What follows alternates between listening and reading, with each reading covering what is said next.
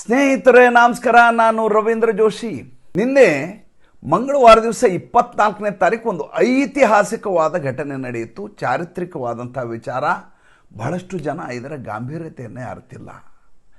ಯಾವ ಜಗತ್ತಿನ ದೊಡ್ಡಣ್ಣ ಅಂತ ತನ್ನನ್ನು ತಾನು ಕರ್ಕೋತಾ ಇದ್ರು ಆ ವ್ಯಕ್ತಿ ಭಾರತಕ್ಕೆ ನತಮಸ್ತಕರಾದಂಥ ಘಟನೆ ಇದು. ಇದಕ್ಕಿಂತ ಮುಂಚೆ ಒಂದು ನಾಟಕೀಯ ಬೆಳವಣಿಗೆ ಆಯಿತು, ಅದನ್ನು ಹೇಳಿಬಿಡ್ತೀನಿ. ಆವಾಗ ಇದರ ರೋಚಕತೆ ನಿಮ್ಗೆ ಅರ್ಥ ಆಗುತ್ತೆ ಮತ್ತು ಇದರ ಗಾಂಭೀರ್ಯತೆ ಘನತೆ ಗೊತ್ತಾಗತ್ತೆ. ನಿನ್ನೆ ಲೋಕಸಭೆ ಮತ್ತು ರಾಜ್ಯಸಭೆಯ ಕಲಾಪಗಳು ನಡೀತಾ ಇದ್ವು, ನಿಮ್ಗೆ ಗೊತ್ತಿದೆ. ಇದ್ದಕ್ಕಿದ್ದ ಹಾಗೆ ವೈಶ್ವಿಕ ಮಟ್ಟದಲ್ಲಿ ಒಂದು ಸುದ್ದಿ ಹರಡಲಿಕ್ಕೆ ಶುರುವಾಯಿತು. ಏನಪ್ಪ ಅಂತಂದರೆ, ಇರಾನ್ ಮತ್ತು ಅಮೆರಿಕೆಯ ಮಧ್ಯೆ ಮಾತುಕತೆಗೆ ಸಂಧಾನಕಾರರನ್ನಾಗಿ ಪಾಕಿಸ್ತಾನವನ್ನು ಆಯ್ಕೆ ಮಾಡಲಾಗಿದೆ. ಮುಲ್ಲಾ ಮುನೀರು ಈ ಬಾರಿ ಸಂಧಾನವನ್ನು ಮಾಡಲಿದ್ದಾರೆ. ಏಕೆಂದರೆ ಈಗಾಗಲೇ 5 ದಿವಸಗಳ ಸೀಸ್ ಫೈರನ್ನು ಘೋಷಿಸಿದ್ದಾರೆ ಡೊನಾಲ್ಡ್ ಟ್ರಂಪ್ ಅವರು. 5 ದಿನಗಳ ನಂತರ ಮುಂದೆ ನಮ್ಮ ಕಾರ್ಯಾಚರಣೆ ಶುರು ಅಂತ ಹೇಳಿದ್ದಾರೆ. ಅದಕ್ಕಿಂತ ಮುಂಚೆ ಎರಡೂ ಪಕ್ಷಗಳ ಮಧ್ಯೆ ಮಾತುಕತೆ ನಡೀಬೇಕು.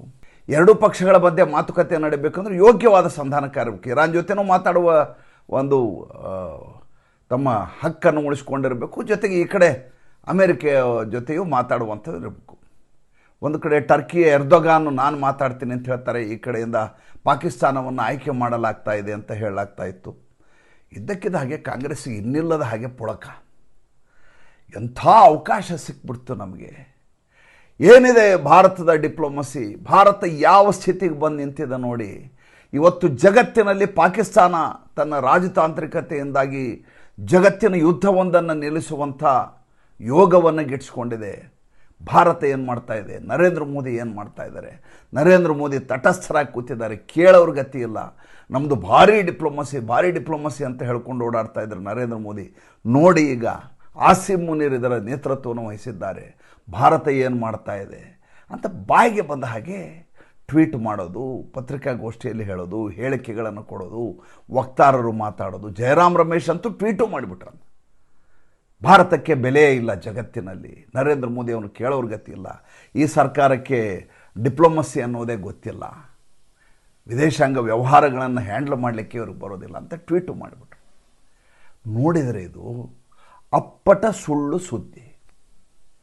ಪಾಕಿಸ್ತಾನವನ್ನು ಕೇಳಿಯೂ ಇಲ್ಲ, ಪಾಕಿಸ್ತಾನದ ಜೊತೆ ಮಾತುಕತೆಗೆ ಡೊನಾಲ್ಡ್ ಟ್ರಂಪು ಇಷ್ಟವನ್ನು ಪಟ್ಟಿಲ್ಲ, ಇಚ್ಛಿಸಿಯೂ ಇಲ್ಲ. ನರೇಂದ್ರ ಮೋದಿ ಒಂದೇ ಒಂದು ಚಕಾರ ಶಬ್ದವನ್ನು ಮಾತಾಡಲಿಲ್ಲ. ನೋಡಿ ಪರಿಸ್ಥಿತಿ ಹೇಗಿದೆ ಮೊದಲು ನಾವು ಅರ್ಥ ಮಾಡ್ಕೋಬೇಕು. ಡೊನಾಲ್ಡ್ ಟ್ರಂಪ್ ಇದ್ದಕ್ಕಿದ್ದ ಹಾಗೆ 5 ದಿವಸಗಳ ಒಂದು ಸ್ತಬ್ಧತೆಯನ್ನು ತಾಟಸ್ಥ್ಯವನ್ನು ಘೋಷಿಸಿದ್ರು. ಯಾಕೆಂದರೆ ಮೊದಲನೇದಾಗಿ ಆತನಿಗೆ ಯಾವ ಕಡೆಯಿಂದನೂ ಸಹಕಾರ ಇಲ್ಲ. ಬಾಯಿ ಬಿಟ್ಟು ಸ್ಪಷ್ಟವಾಗಿ ಹೇಳಿದ್ರು, ಸ್ಟೇಟ್ ಆಫ್ ಹಾರ್ಮೋಸ್ನ ಕ್ಲಿಯರ್ ಮಾಡೋಣ, ನೀವು ಬನ್ನಿ ಅಂತ. ಜಪಾನ್ನಿಂದ ಹಿಡಿದು, ಆಸ್ಟ್ರೇಲಿಯಾದಿಂದ ಹಿಡಿದು, ಯುನೈಟೆಡ್ ಕಿಂಗ್ಡಮ್ನಿಂದ ಹಿಡಿದು ಶತ್ರು ರಾಷ್ಟ್ರವಾದ ಚೈನಾವನ್ನು ಕೇಳ್ಕೊಂಡ್ಬಿಟ್ರು, ನೀವು ಬನ್ನಿ ನಮ್ಮ ಜೊತೆ ಅಂತ. ಒಂದೇ ಒಂದು ರಾಷ್ಟ್ರ ಆತನಿಗೆ ಸಹಮತವನ್ನು ವ್ಯಕ್ತಪಡಿಸಲಿಲ್ಲ, ಸಮರ್ಥಿಸಲಿಲ್ಲ, ಕೈ ಜೋಡಿಸಲಿಲ್ಲ. ಈತನಿಗೆ ಇನ್ನಿಲ್ಲದ ಹಾಗೆ ಅವಮಾನ ಆಗೋಯಿತು.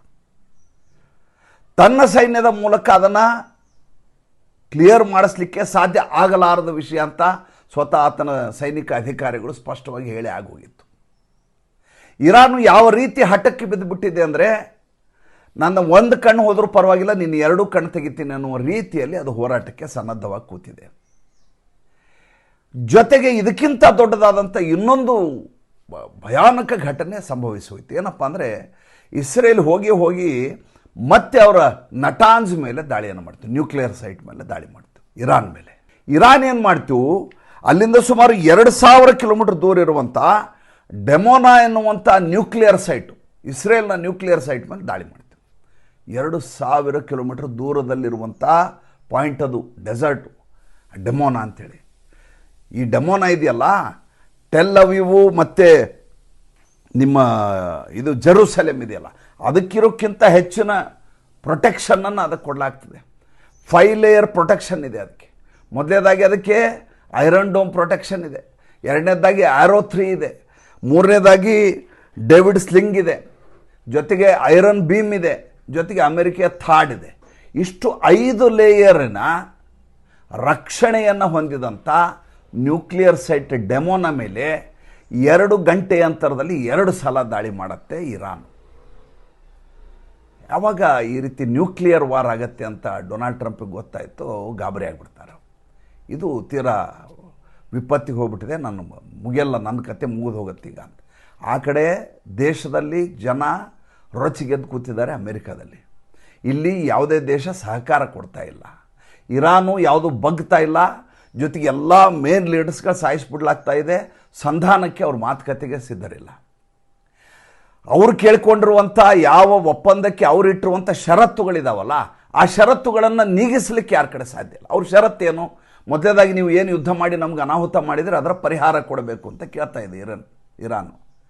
ಅಲ್ರಿ, ಯುದ್ಧ ಮಾಡಿ ಪ್ರತಿಸ್ಪರ್ಧಿಯಾಗಿರುವಂಥ ಶತ್ರು ರಾಷ್ಟ್ರ ಯಾವತ್ತಾದರೂ ಸೋತಿರುವ ರಾಷ್ಟ್ರಕ್ಕೆ ಪರಿಹಾರ ಕೊಟ್ಟದ್ದನ್ನು ಎಲ್ಲರೂ ನೋಡಿರೇನ್ರಿ?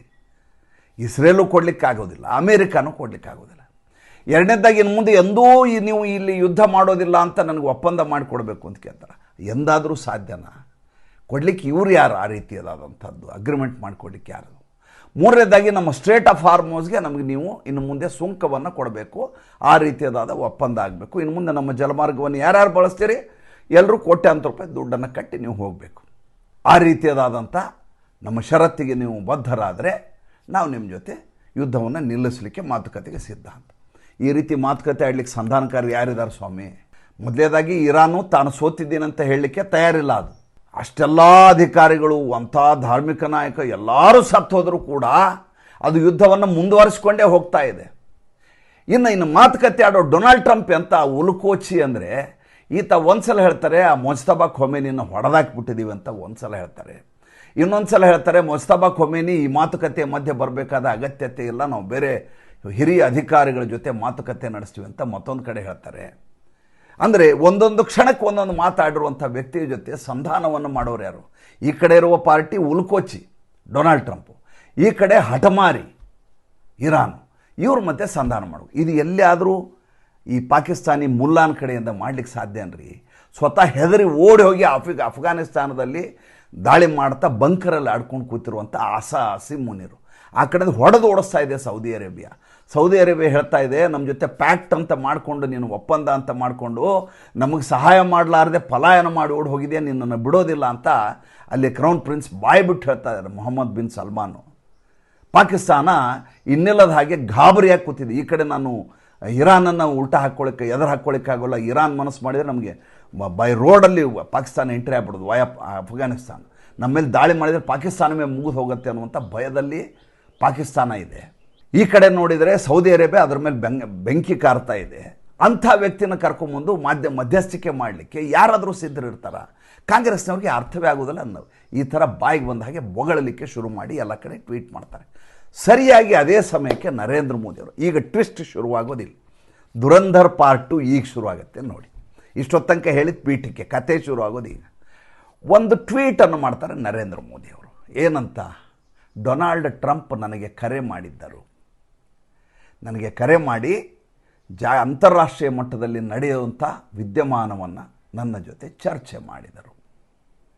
ಯಾವಾಗಲೂ ಡೊನಾಲ್ಡ್ ಟ್ರಂಪ್ ಮೊದಲು ಟ್ವೀಟ್ ಮಾಡೋದು, ನಾನು ಇಂಥವ್ರ ಜೊತೆ ಮಾತಾಡಿದೆ, ನಾನು ಈ ರೀತಿ ಮಾಡಿದೆ, ಎಲ್ಲವನ್ನೂ ತನ್ನ ಪೋಸ್ಟಲ್ಲಿ ಬರ್ಕೊಳ್ಳೋದು. ಈ ಸಲ ಕದ್ದು ಮುಚ್ಚಿ ಭಾರತಕ್ಕೆ ಟ್ವೀಟ್ ಮಾಡ್ತಾರೆ. ಟ್ವೀಟ್ ಮಾಡೋದಕ್ಕೂ ಅದನ್ನ ಎನ್ಕ್ಯಾಶ್ ಮಾಡ್ಕೊಂಡ್ಬಿಡ್ತಾರೆ. ನರೇಂದ್ರ ಮೋದಿ ಅವರು ವಾಪಸ್ ಹಾಕ್ಬಿಡ್ತಾರೆ. ಡೊನಾಲ್ಡ್ ಟ್ರಂಪ್ ಫೋನ್ ಮಾಡಿದ್ರು, ಮಾತುಕತೆ ನಡೆಸಿದ್ದೇನೆ. ಅಹಂಕಾರದ ಮುದ್ದೆಯಾಗಿರುವಂಥ ಡೊನಾಲ್ಡ್ ಟ್ರಂಪು ಅನಿವಾರ್ಯವಾಗಿ ತನ್ನ ಎಲ್ಲ ಅಹಂಕಾರವನ್ನು ಬದಿಗಿಟ್ಟು ನರೇಂದ್ರ ಮೋದಿ ಅವರಿಗೆ ಫೋನ್ ಮಾಡಿ ಉಳಿದಿರುವ 4 ದಿನಗಳಲ್ಲಿ ಹೇಗಾದರೂ ಮಾಡಿ ಶಾಂತಿ ಸಂಧಾನದ ಮಾತುಕತೆಯನ್ನು ನಡೆಸಿ, ಹೇಗಾದರೂ ಮಾಡಿ ಇದಕ್ಕೊಂದು ಮುಕ್ತಿಯನ್ನು ಕಾಣಿಸಿ, ಇಲ್ಲದೆ ಹೋದರೆ ಜಾಗತಿಕ ಮಟ್ಟದಲ್ಲಿ ದೊಡ್ಡದಾದಂಥ ವಿಪತ್ತು ಸಂಭವಿಸಿಬಿಡುತ್ತೆ, ಏನು ಮಾಡ್ತೀರ ಮಾಡಿ ಅಂತ ಸ್ವತಃ ಡೊನಾಲ್ಡ್ ಟ್ರಂಪ್ ಹೇಳ್ತಾರೆ. ಎಲ್ಲಿಯಾದರೂ ಈ ರೀತಿಯಾದಂಥ ಬೆಳವಣಿಗೆಯನ್ನು ನೀವು ದೊಡ್ಡಣ್ಣನಿಂದ ನಿರೀಕ್ಷೆ ಮಾಡಿದ್ದೀರಾ? ಸ್ವತಃ ಫೋನ್ ಮಾಡಿ ಸೈಪ್ರಸ್ಗೆ ಹೋಗುವಾಗ ಕೆನಡಾದ ಬಳಿ ನರೇಂದ್ರ ಮೋದಿ ಇದೇ ಡೊನಾಲ್ಡ್ ಟ್ರಂಪ್ ಫೋನ್ ಮಾಡಿ ಬಂದು ಟೀ ಕುಡ್ಕೊಂಡು ಹೋಗಿ ಅಂತ ಹೇಳಿದ್ರು. ನರೇಂದ್ರ ಮೋದಿ ನಿರಾಕರಣೆ ಮಾಡಿದರು. ಯಾಕೆಂದರೆ ಪಕ್ಕದಲ್ಲಿ ಅಲ್ಲಿ ಮುಲ್ಲಾ ಮುನೀರ್ ಬಂದಿದ್ದಾನೆ, ಆತನನ್ನು ನನ್ನ ಸರಿಸಮ ಮಾಡಿಬಿಡ್ತಾರೆ ಅಂತ. ಅದಾದಮೇಲೆ 4-5 ಸಲ ನಾನು ಫೋನ್ ಮಾಡಿದೆ, ನನ್ನ ಫೋನನ್ನು ನರೇಂದ್ರ ಮೋದಿ ಎತ್ತೋದಿಲ್ಲ ಅಂತ ಒಂದು ವಿಷಯವನ್ನು ಹರಿಬಿಟ್ಟಿದ್ರು ಡೊನಾಲ್ಡ್ ಟ್ರಂಪ್.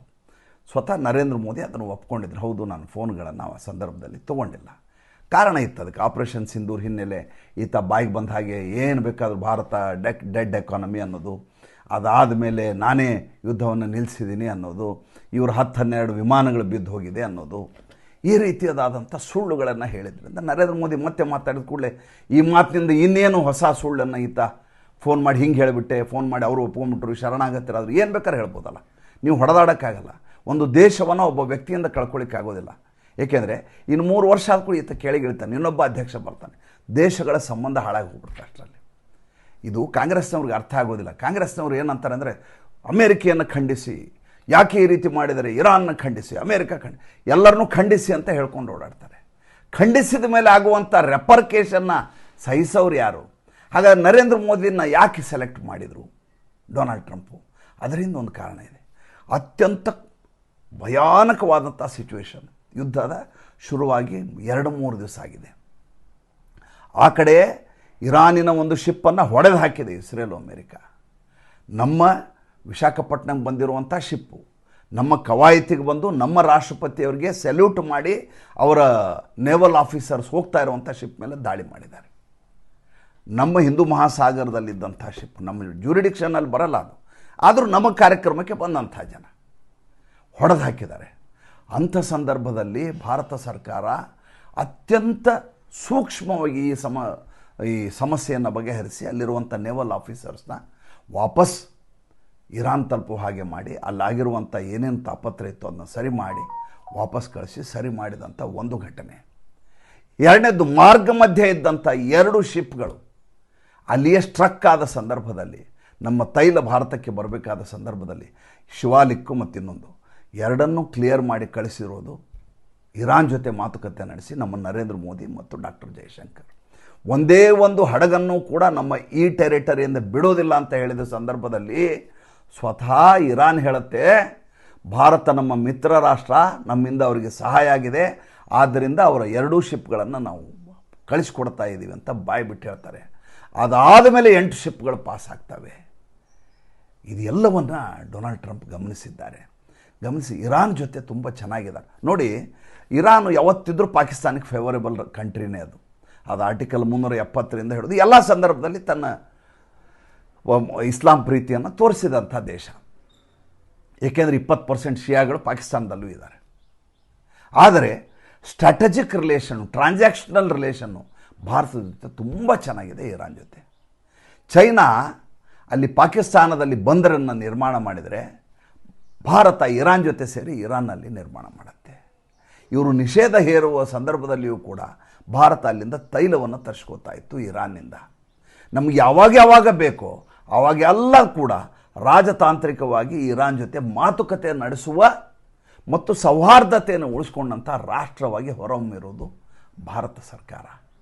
ಹೀಗಾಗಿ ಇರಾನ್ಗೆ ಎದುರು ಕೂತು ಮಾತನಾಡಿ ಯಾವುದೇ ಒಂದು ಸಮಸ್ಯೆಯನ್ನು ಪರಿಹರಿಸುವಂಥ ದಾರ್ಢ್ಯ, ವಿಶ್ವಾಸ, ಜೊತೆಗೆ ಅಂತಃಕರಣ, ಭಾರತದ ವಿಶೇಷತೆಯ ಮಾನವೀಯತೆ, ಆ ಮಾತುಕತೆಯನ್ನು ನಡೆಸುವಂಥ ತಾಕತ್ತು ಭಾರತಕ್ಕೆ ಮಾತ್ರ ಇದೆ ಅನ್ನೋ ತುಂಬ ಚೆನ್ನಾಗಿ ಡೊನಾಲ್ಡ್ ಟ್ರಂಪ್ ಗೊತ್ತಿದೆ. ಹೀಗಾಗಿ ತನ್ನ ಅಹಂಕಾರವನ್ನು ಬದಿಗಿಟ್ಟು ನರೇಂದ್ರ ಮೋದಿ ಅವರಿಗೆ ಫೋನ್ ಮಾಡ್ತಾರೆ. ಫೋನ್ ಮಾಡಿ ಇದನ್ನು ಬಗೆಹರಿಸಿ ಅಂತಾರೆ. ಬಗೆಹರಿಯೋದು ಬಿಡೋದು ಬೇರೆ ವಿಚಾರ. ಯಾಕಂದರೆ ಆ ಕಡೆ ಕೂತಿರೋರು ಮೌಲ್ವಿಗಳು, ಮುಲ್ಲಾಗಳ ಜೊತೆ ಮಾತುಕತೆ ಆಡೋದು ಸುಲಭದ ಮಾತಲ್ಲ. ಅವ್ರು ನೀನೊಂದು ಮಾತು ಹೇಳಿದ್ದಾರೆ. ಏನು ಹೇಳಿದ್ದಾರೆ ಅಂದರೆ, ನಮ್ಮ ಕಣ್ಣು ಹೋದರೂ ಪರವಾಗಿಲ್ಲ, ನಿಮ್ಮ ತಲೆ ತೆಗಿತೀವಿ ಅಂತ ಹೇಳಿದ್ದಾರೆ ಇಸ್ರೇಲ್ಗೆ. ಇಸ್ರೇಲು ನಾಮೋರ್ ನಿಶಾನ್ 2 ಇರಲಾರ್ದಂಗೆ ಇರಾನ್ ಮುಗಿಸೋವರೆಗೂ ನಾವು ಯುದ್ಧ ಬಿಡೋದಿಲ್ಲ ಅಂತ ಅವ್ರು ಹೇಳಿದ್ದಾರೆ.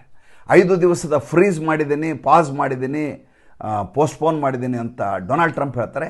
ಹೇಳಿದ 5 ನಿಮಿಷಕ್ಕೆ ಬೆಂಜಮಿನ್ ನೆತನ್ಯಾಹು ಹೇಳ್ತಾರೆ, ಅದು ಅಮೇರಿಕ ಹೇಳಿದ್ದು, ನಮ್ಮ ಮಾತಲ್ಲ ಅದು, ನಾವು ಅವ್ರ ಮೇಲೆ ದಾಳಿಯನ್ನು ಮುಂದುವರಿಸಿದ್ದೀವಿ ಅಂತ ಬೆಂಜಮಿನ್ ನೆತನ್ಯಾಹು ಹೇಳ್ತಾರೆ. ಇಂಥ ಸಂದಿಗ್ಧ ಸಂದರ್ಭದಲ್ಲಿ ಭಾರತಕ್ಕೆ ಮಾನ್ಯತೆ ಬಂದಿದೆ. ಇದಕ್ಕಿಂತ ಸುವರ್ಣಾವಕಾಶ, ಇದಕ್ಕಿಂತ ಚಾರಿತ್ರಿಕ ಘಟನೆ ಬೇರೆ ಯಾವುದಾದ್ರೂ ಇರಲಿಕ್ಕೆ ಸಾಧ್ಯ ಇದೆಯಾ? ಯಾವ ಪಾಕಿಸ್ತಾನಕ್ಕೆ ಮಣೆ ಹಾಕಿದ್ದಾರೆ ಅಂತ ಹೇಳ್ಕೊಂಡು ಎಲ್ಲ ಕಡೆ ಟ್ವೀಟ್ ಮಾಡಿದ್ರಲ್ಲ, ಈಗ ಈ ಜಯರಾಮ್ ರಮೇಶು, ರಾಹುಲ್ ಗಾಂಧಿ ಅವರೆಲ್ಲ ಏನು ಹೇಳ್ತಾರೆ? ತಮ್ಮ ಅಭಿಪ್ರಾಯವನ್ನು ದಯವಿಟ್ಟು ತಿಳಿಸಿ. ಮತ್ತೆ ಮುಂದಿನ ಸಂಚಿಕೆಯಲ್ಲಿ ಹೊಸ ವಿಷಯದೊಂದಿಗೆ ಬರ್ತೀನಿ. ನಮಸ್ಕಾರ.